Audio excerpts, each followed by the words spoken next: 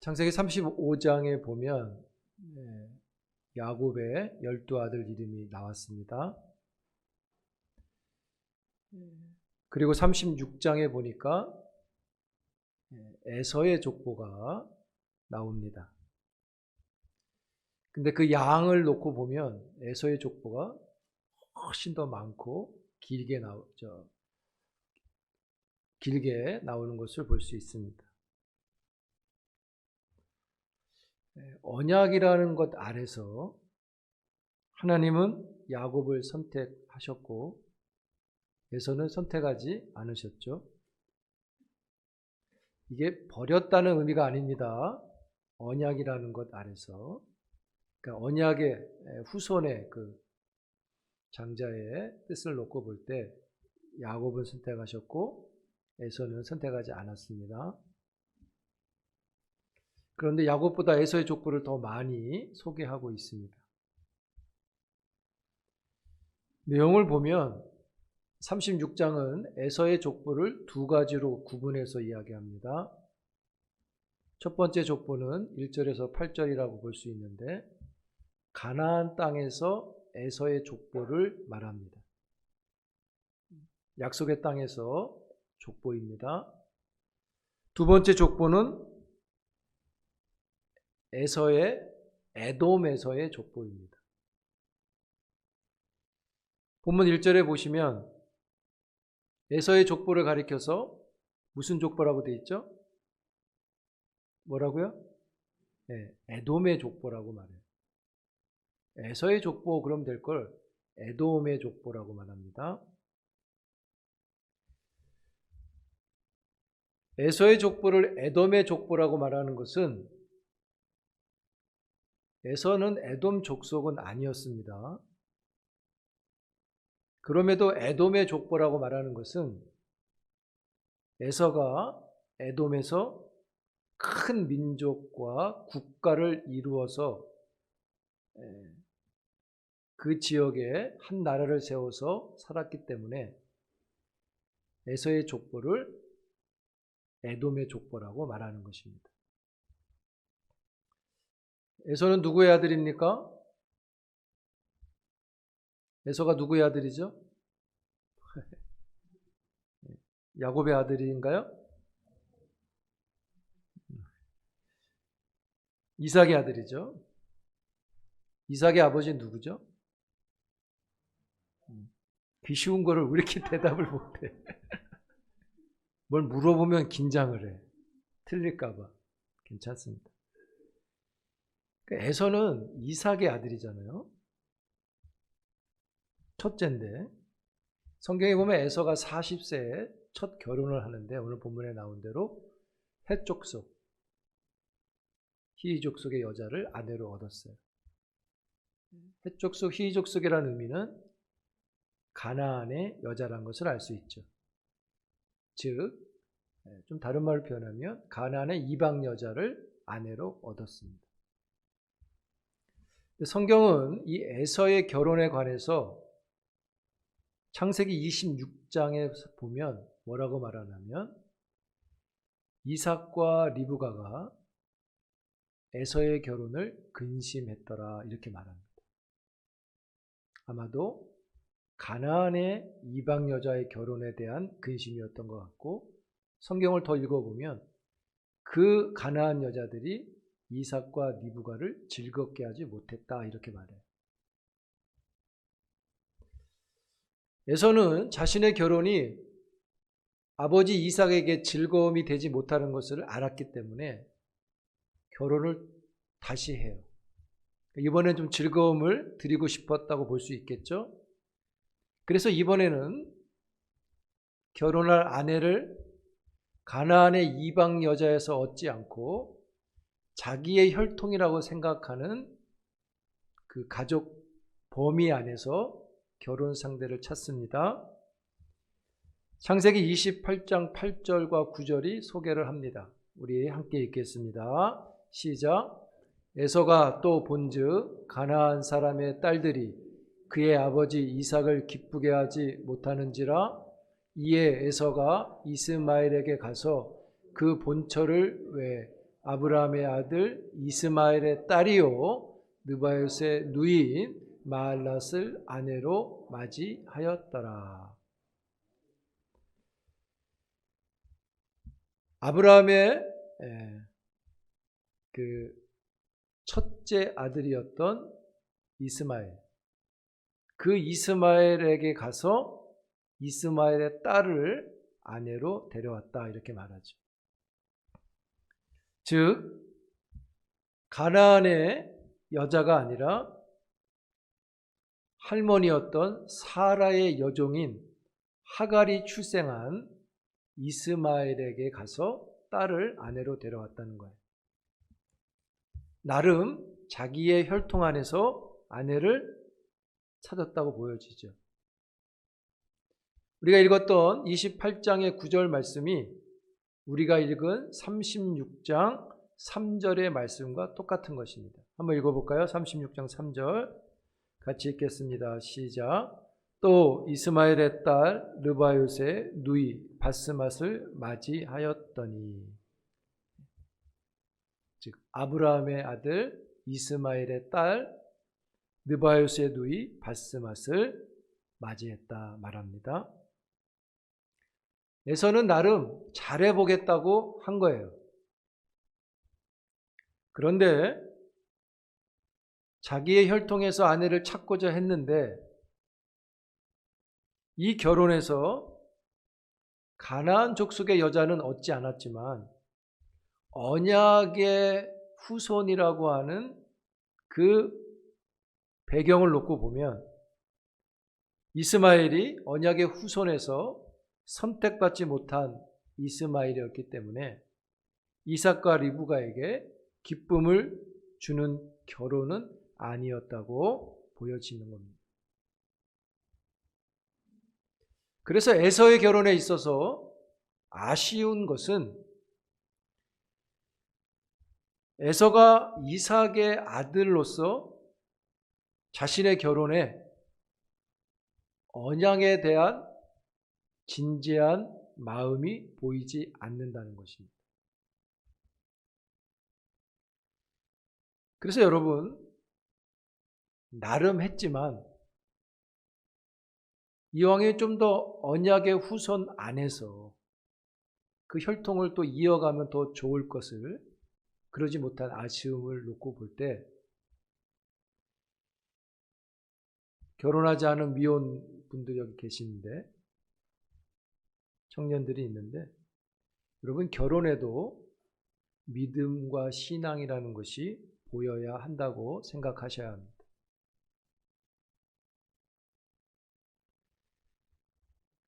그게 아쉬운 거예요. 나름 했지만 언약의 후손의 밖에 있는 사람을 또 데려왔으니까 또 아쉬움이 있는 거예요.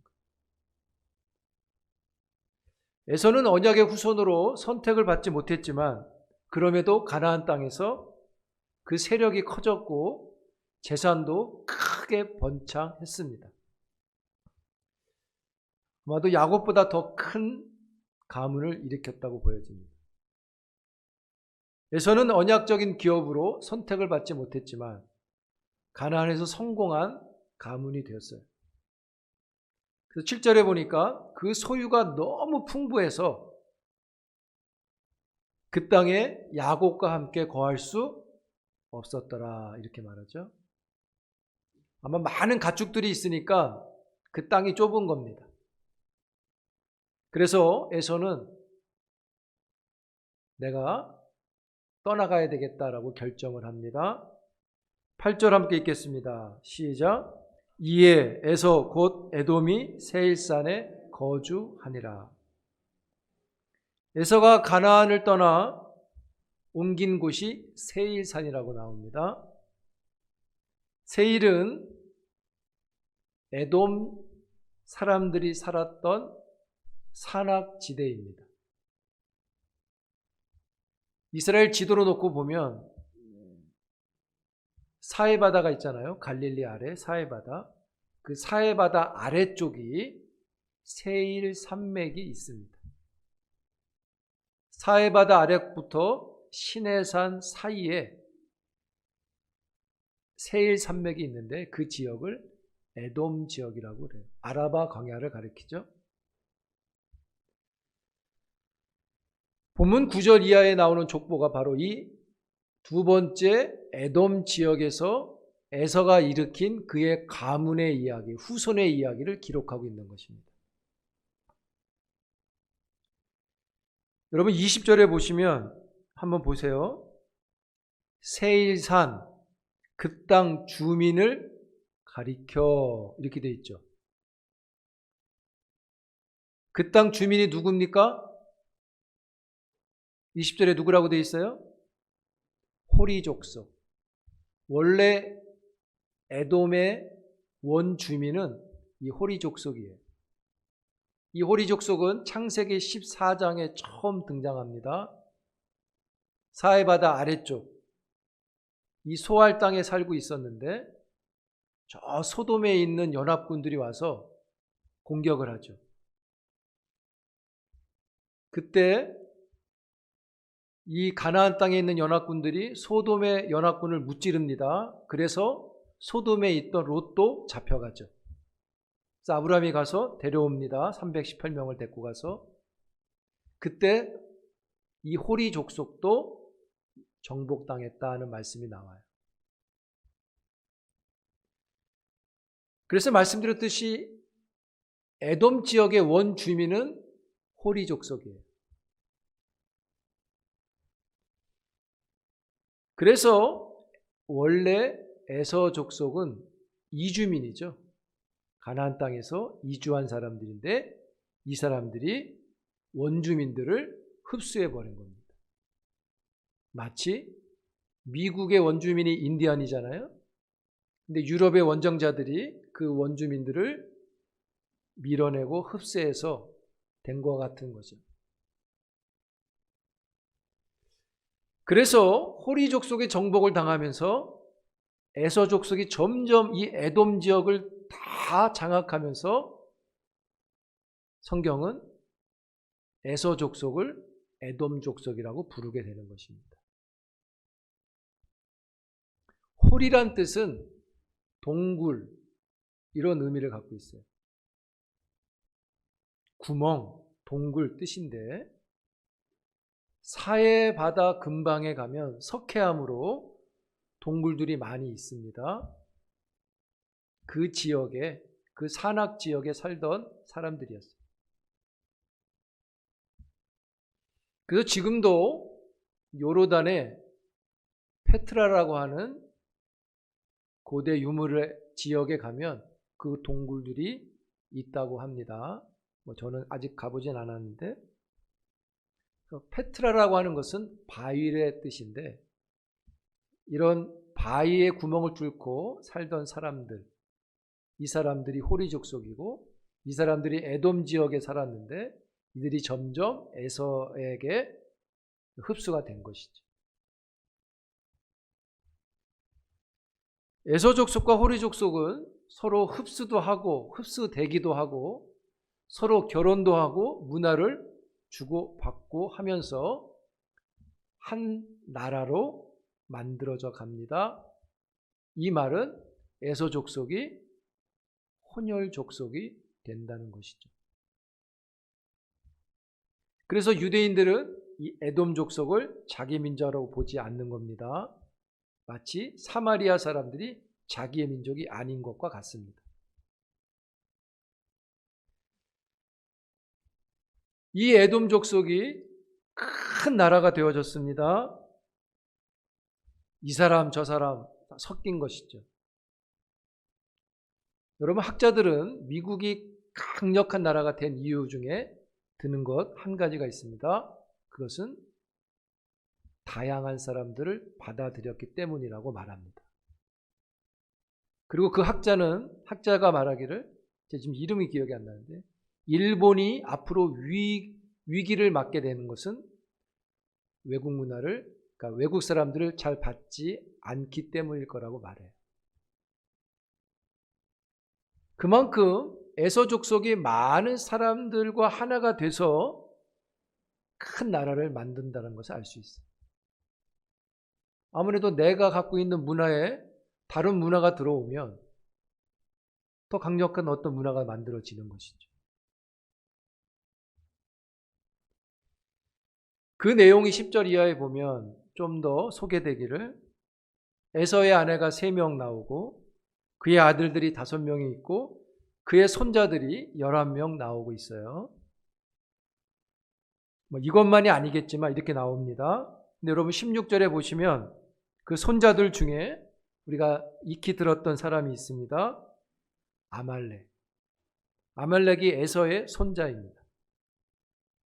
이 아말렉은 이스라엘이 출애굽 후에 광야에서 첫 번째 전쟁을 벌일 때 싸웠던 사람들이죠. 위로 올라가면 자기 형제인데 이스라엘의 큰 대적이 되죠. 이 아말렉은 에돔 지역 바로 옆에 터전을 잡은 민족입니다. 그러니까 같은 혈통이니까 그 옆에 이렇게 다 정착해서 살고 있는 거예요. 이 아말렉은 끊임없이 이스라엘의 대적이 되죠. 그리고 15절에 보시면 족장은 이러하다, 족장이 막 나오죠. 에돔 족속은 그 땅에서만 이렇게 잘 부강한 나라가 아니라 여러 지역의 족장들이 세워졌다는 걸 알 수 있어요. 여러분, 야곱의 후손은 야곱 이후에 족장이 세워지지 않아요. 그렇게 큰 어떤 힘의 세력을 갖지 못했다는 것입니다. 근데 에서의 후손은 많은 족장을 세워요. 그만큼 정치적으로, 군사적으로 지역마다 세력을 만들었다는 걸 알 수 있습니다. 또 24절에 보세요. 재미있는 게 소개됩니다.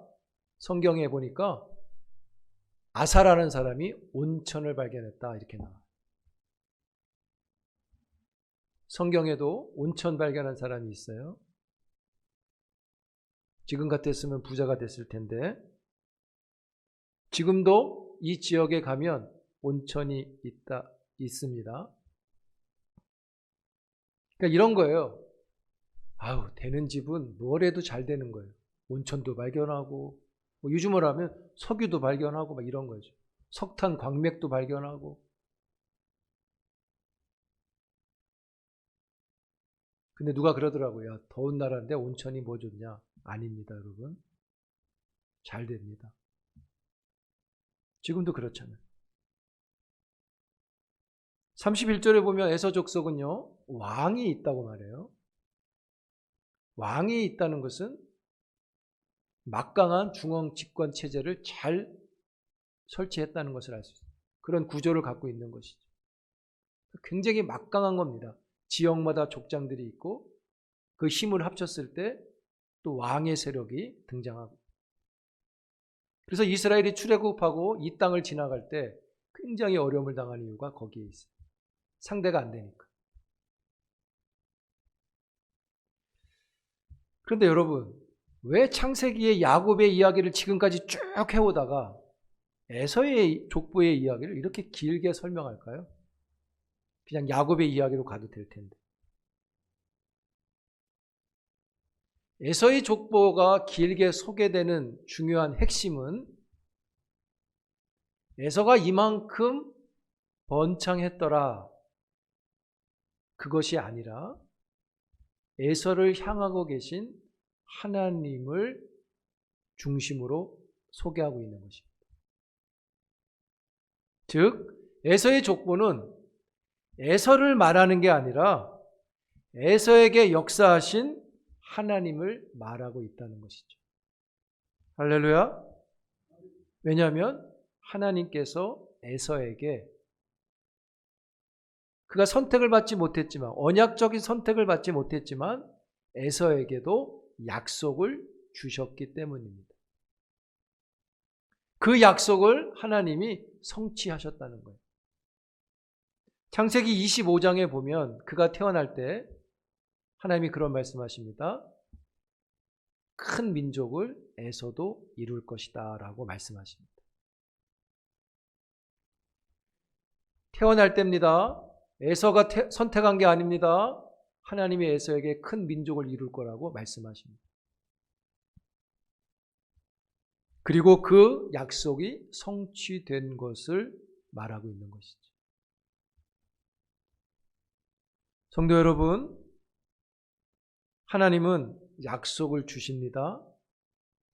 그리고 그 약속에 차별을 두지 않으시는 것을 볼 수 있어요. 언약의 장자의 후손이 야곱이니까 야곱한테 몰빵해 주자. 그렇지 않다는 겁니다. 내가 에서에게 준 약속이 있지, 그 약속을 이루시는 거죠. 그래서 하나님은 약속을 받은 사람들을 지배하시고요. 약속을 받은 사람을 후원하시고 그 약속을 성취해 주시는 거죠. 할렐루야. 그런 까닭에 하나님을 믿는 우리들도 우리가 어떤 이웃에게 차별하지 않아야 한다는 겁니다. 우리의 이웃과 지체들에게 우리가 정치적이면 안 되는 것이죠. 하나님의 뜻과 배치되는 겁니다. 여러분, 하나님이 아브라함에게 주신 언약의 중심을 보면 하나님이 뭐라고 말씀하셨습니까? 그 언약의 중심이 뭐가 들어가 있습니까? 하나님이 이렇게 말씀하셨습니다. 모든 민족이 하나님의 복을 누리기를 원하신다고 말씀하시죠. 모든 민족이 복을 누리게 하기 위해서 그 시작을 아브라함부터 한다고 말씀하시잖아요. 그러니까 아브라함은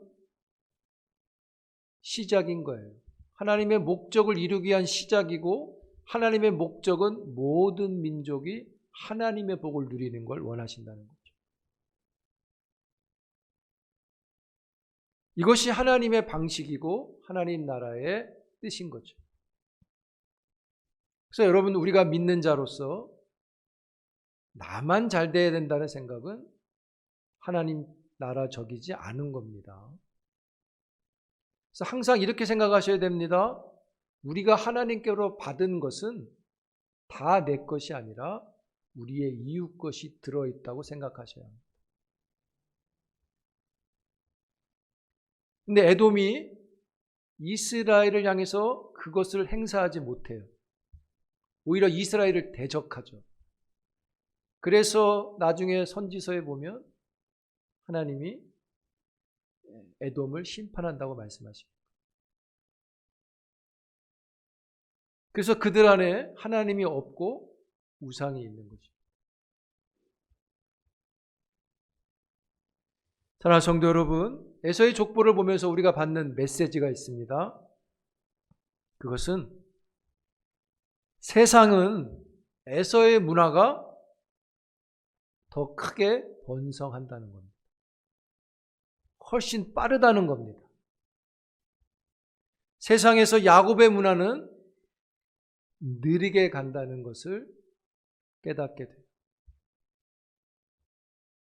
야곱의 가문은 에서의 가문에 비해서 이럴듯할 게 없어요.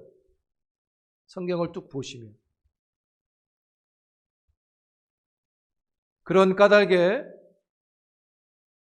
야곱의 후손이 하나님의 약속의 성취를 맛보려면 야곱의 문화는 느리니까 인내가 필요하다는 것을 깨닫습니다. 기다려야 되는 거죠.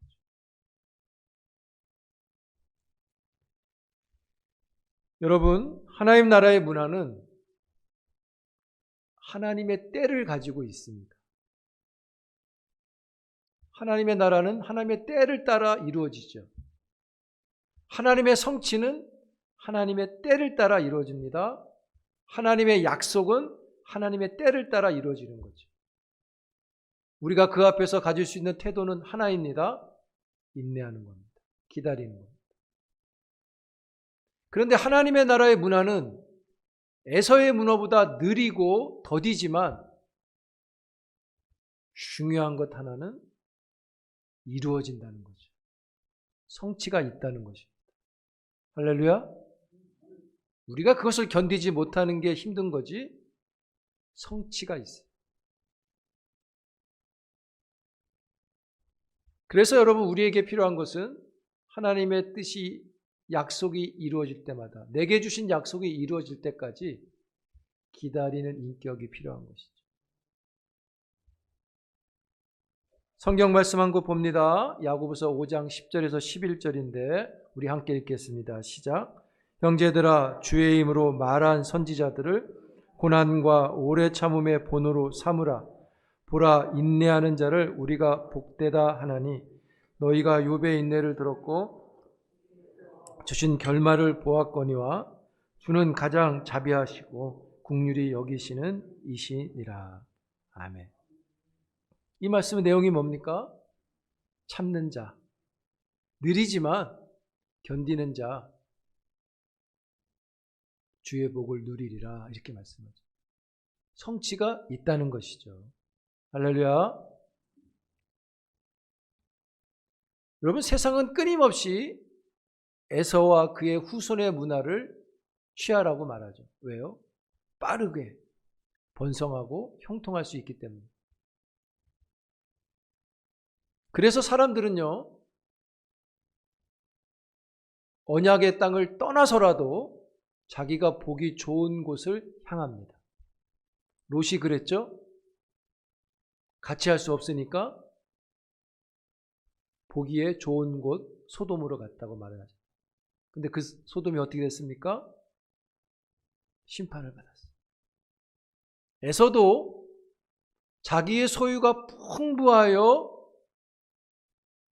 그 풍부를 지키고 더 확대하기 위해서 이 좁은 땅 떠나자 가버린 것이죠.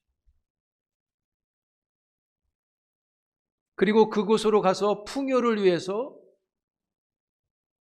혼혈도 마다하지 않는 민족이 되어지는 것.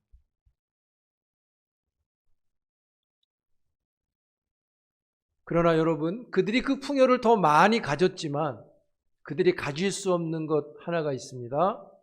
바로 하나님의 약속인 것이죠. 우리는 더디지만 약속을 갖고 있는 것이죠.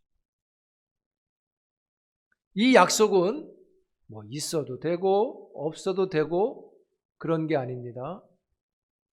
이 약속은요, 영원하신 살아계신 삼위 하나님이 우리에게 영원하게 주신 영원한 약속입니다. 그들에겐 이 영원한 약속이 없죠. 그래서 여러분, 우리가 받은 이 약속, 선택받은 자녀들이 받은 약속은 세상에서 가장 선한 약속인 겁니다. 하나님 우리에게 주신 가장 선한 약속이 무엇입니까? 우리가 받은 약속이 뭐예요? 그것은 하나님이 이 세상에 예수 그리스도를 보낸다고 하신 약속인 것이죠. 그리고 그 약속이 오늘 우리에게 어떻게 됐습니까? 기다리는 겁니까? 이루어졌습니까? 이루어졌죠. 근데 이 약속은 여기서 멈추지 않고 그 이 땅에 오신 예수 그리스도가 다시 오신다고 또 약속했습니다. 우리는 또 약속을 가지고 있는 거죠. 오시겠죠? 오시면 약속이 성취되는 것이죠. 그럼 우리는 어떻게 해야 됩니까? 약속을 받은 자로서 풍성하여 그 풍성을 지키기 위해 떠나는 게 아니라 약속을 받은 그곳에 머물러 있어야 된다는 거죠. 그래서 여러분, 구약은 메시아의 예언의 약속을 주잖아요. 신약은 이 땅에 오신 그 메시아가 다시 온다고 하는 약속을 우리에게 주고 있는 거죠.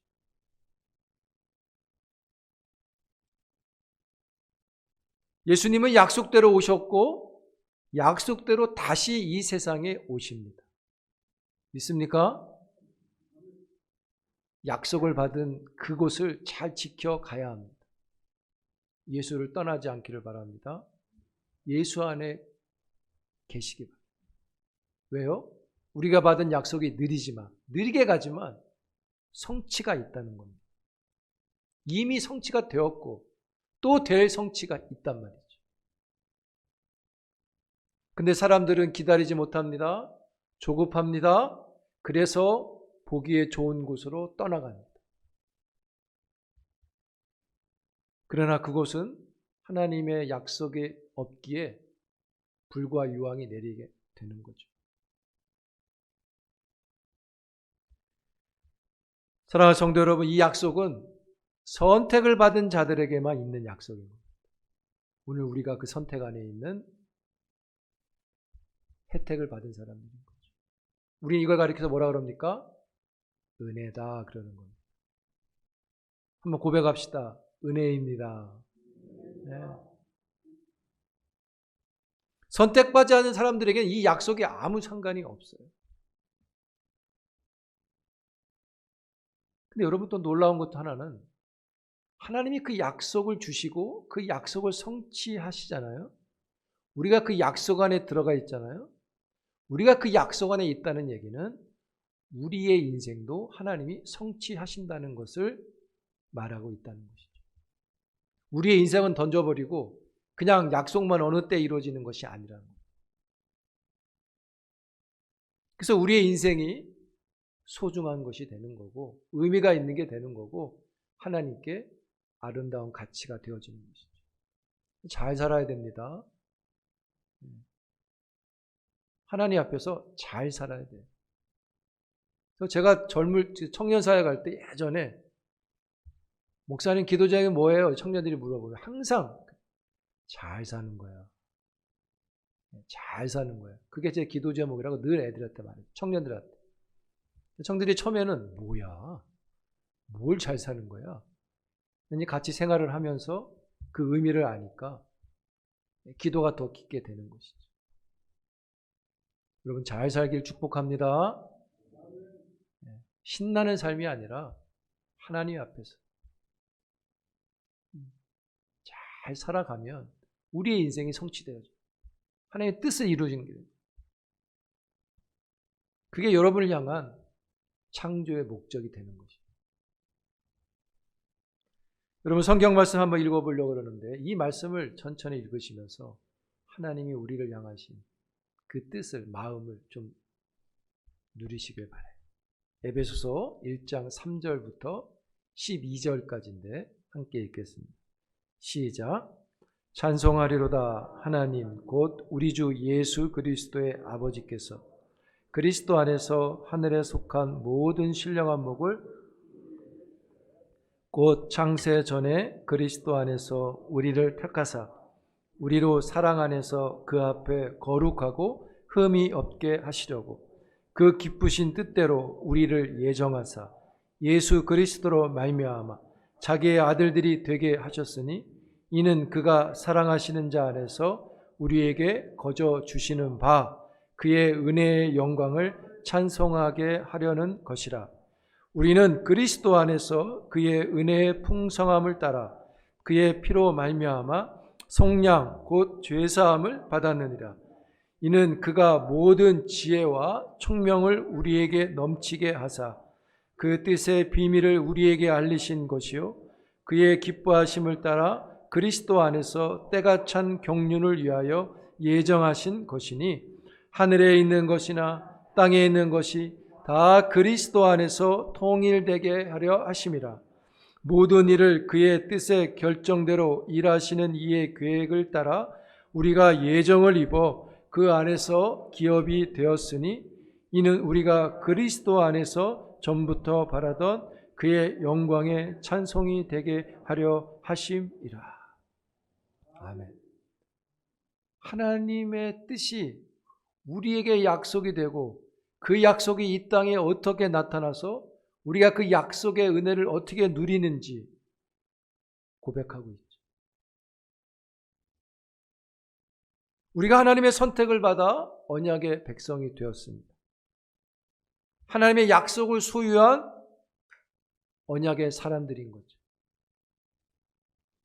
성도 여러분, 우리가 이 땅에서 좀 약하고 세상을 복을 누리는데 느릴지라도 우리가 받은 약속이 무엇이며 참된 소망이 무엇이며 그 영광의 풍성함이 무엇인지를 알아 견실하고 흔들리지 않는 더욱 단단하고 담대한 언약의 자녀의 삶을 살아가는 우리 모두가 되기를 축복합니다.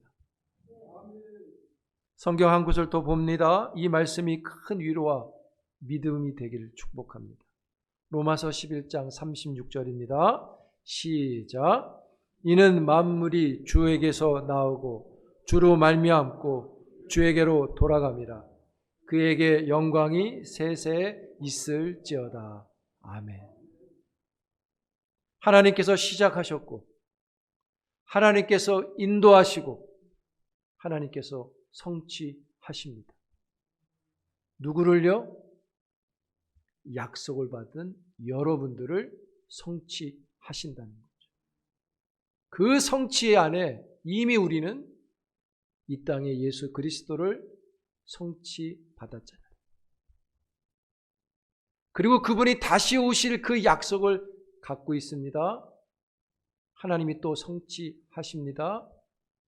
약속을 받은 그 약속의 땅에서 믿음을 견고하게 흔들리지 아니하고 이루어가는 우리 모두가 되기를 축복합니다. 말씀드렸듯이 하나님이 하신 그 약속이 무엇이고 그 소망이 무엇이고 그 풍성함이 무엇인지를 분명히 알고 하나님 앞에 우리의 믿음이 세워지기를 축복합니다. 여러분, 에서를 보지 마시고 에서를 향하고 계신 하나님을 보는 믿음을 일으키기를 바랍니다. 에서의 형통이 없다고 에서처럼 그 풍성함이 느리다고 불평하지 마시고 에서를 성취하시는 하나님을 바라보는 그 진심이 여러분 영혼에 담겨지기를 축복합니다. 여러분들은요, 삼위 하나님께 지극한 사랑을 받는 여러분입니다. 왜요? 하나님이 여러분들의 영혼을, 여러분의 인생을 성취하시기 때문입니다.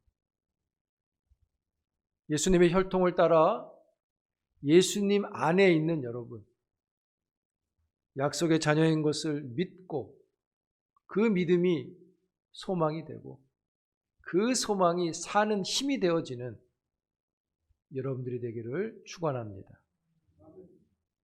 아멘 하시기 바랍니다. 아멘이 성취되어지는 것이죠.